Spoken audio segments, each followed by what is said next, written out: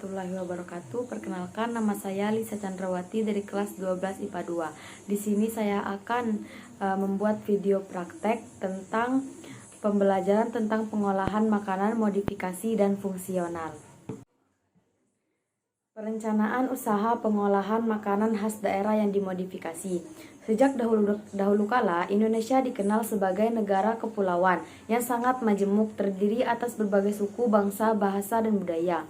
Nah, keberagaman ini sangat berkorelasi positif dengan keberagaman makanan tradisional.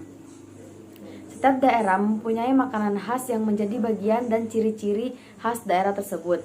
Makanan menjadi bagian yang tak terpisahkan dari nilai jual pariwisata suatu daerah, baik sebagai makanan khas yang dinikmati di tempat maupun sebagai oleh-oleh yang dibawa pulang. Makanan khas daerah masih dapat dikembangkan, baik kuantitas maupun kualitasnya, untuk memenuhi kebutuhan masyarakat setempat, juga untuk dijual ke daerah lain dan wisata atau pendatang. Upaya terobosan tersebut diharapkan dapat membuka peluang usaha makanan khas daerah untuk didistribusikan ke daerah lain dan diekspor ke luar negeri. Hal tersebut akan menjadi promosi positif untuk meningkatkan nilai jual makanan khas daerah dan pariwisata daerah. Sistem pengolahan makanan khas daerah yang dimodifikasi yaitu makanan setengah jadi membutuhkan proses untuk Sistem pengolahan makanan khas daerah yang dimodifikasi. Produk makanan khas daerah terdiri atas makanan dan minuman. Makanan dapat dibagi menjadi makanan kering dan makanan basah. Produk makanan dapat juga dikelompokkan menjadi makanan yang dapat langsung disajikan dan dimakan.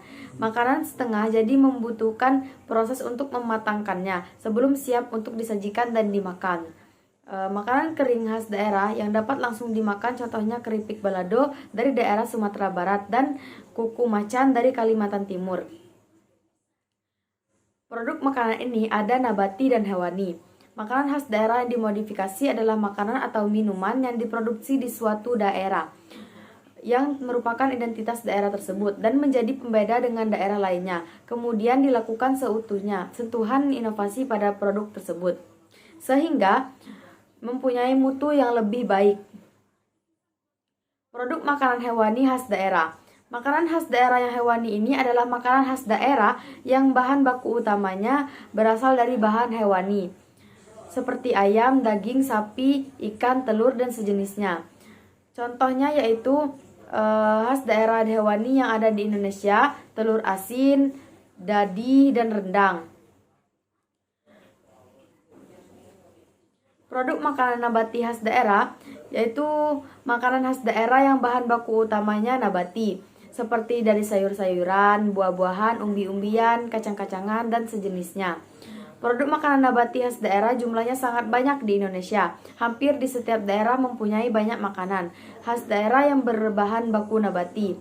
Contohnya yaitu mochi, asinan, dan lain sebagainya. Perhitungan harga jual makanan khas daerah yang dimodifikasi. Nah, ini ada pemilihan jenis usaha, nama pengusaha, nama perusahaan, lokasi perusahaan, perizinan usaha, sumber daya manusia, aspek produksi.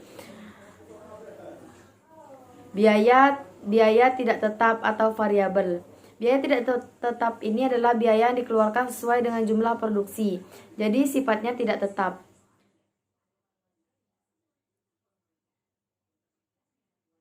Penentuan media promosi makanan khas daerah.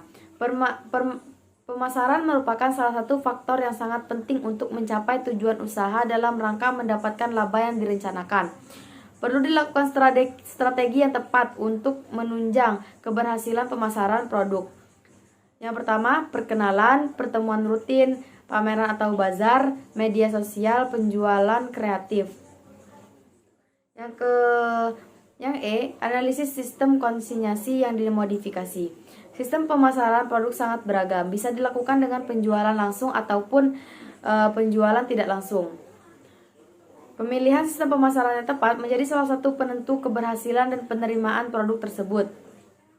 Mungkin itu saja yang dapat saya sampaikan tentang pembelajaran pengolahan makanan modifikasi dan fungsional.